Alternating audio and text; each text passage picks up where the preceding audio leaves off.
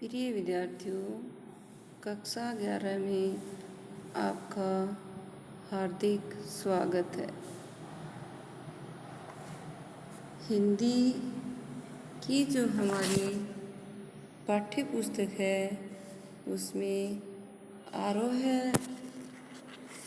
नाम की जो पाठ्य पुस्तक है उसमें हम पहला पाठ प्रेमचंद द्वारा लिखित है उसका अध्ययन करेंगे। प्रेमचंद ने बताया, साहित्य वह जादू की लकड़ी है जो पशुओं में, ईंट पत्थरों में, पेड़ पौधों में भी विश्व की आत्मा का दर्शन करा देती है। कि साहित्य को जादू की लकड़ी के समान बताया, जो पशु, ईंट पत्थर, पेड़ पौधे, इन सभी में पूरे विश्व की आत्मा का दर्शन हो जाता है। हम प्रेमचंद के बारे में अध्ययन करेंगे। प्रेमचंद का मूल नाम धनपत राय था। उनका जन्म 31 जुलाई 1880 को लमही गांव, जो उत्तर प्रदेश में है, वहाँ हुआ।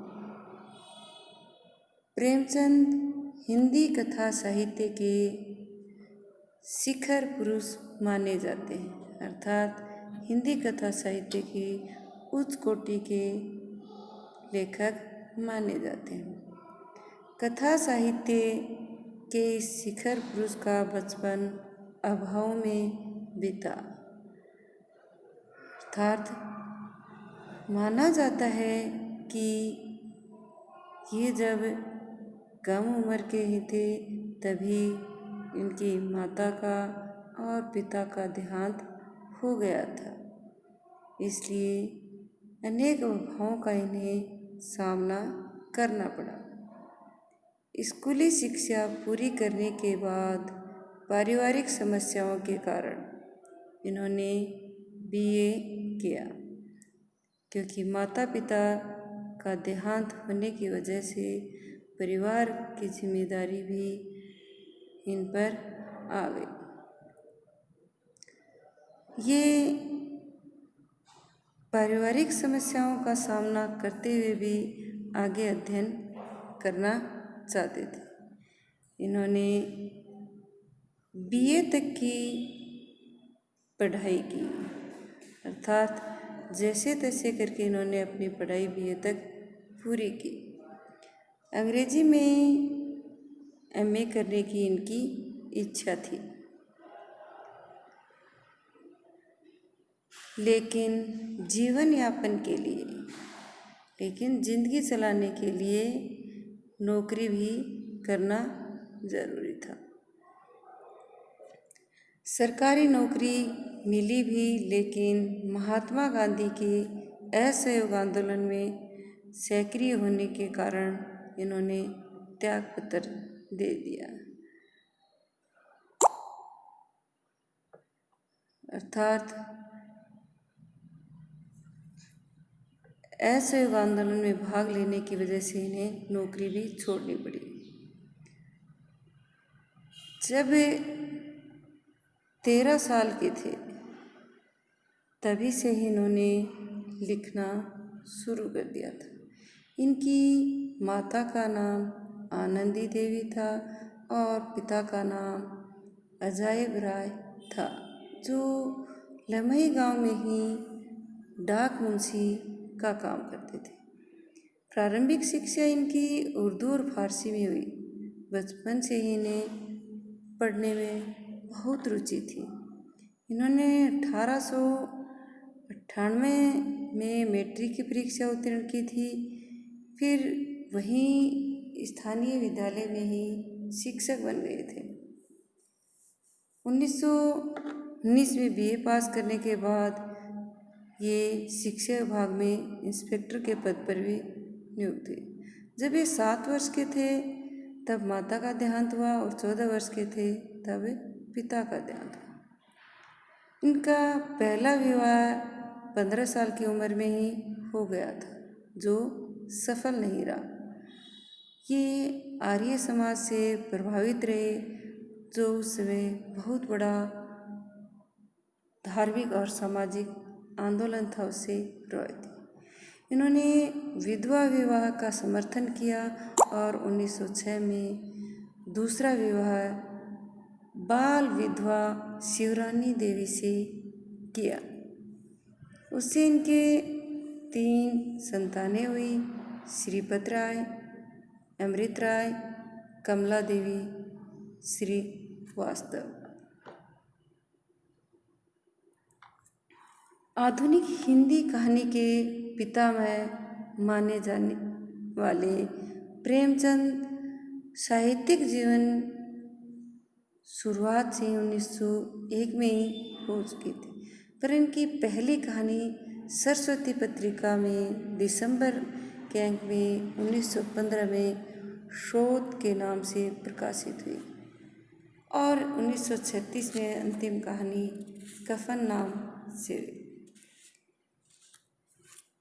राष्ट्रीय आंदोलनों में जुड़ने के बावजूद लेखन कार्य सुचारू रूप से करते रहे थे। पत्नी शिवरानी देवी के साथ अंग्रेजों के खिलाफ आंदोलनों में भी हिस्सा लेते थे। इनके जीवन का राजनीतिक संघर्ष इनकी रचनाओं में सामाजिक संघर्ष बनकर सामने आता है, जिसमें जीवन का यथार्थ और आदर्श दोनों था। अर्थात इनकी रचनाओं में वास्तविकता और आदर्श गुण ग्रहण किए जा सकते हैं। वास्तविकता का भी इन्होंने ज्ञान करवाया है और गुण है उन्हें भी हम ग्रहण कर सकते हैं।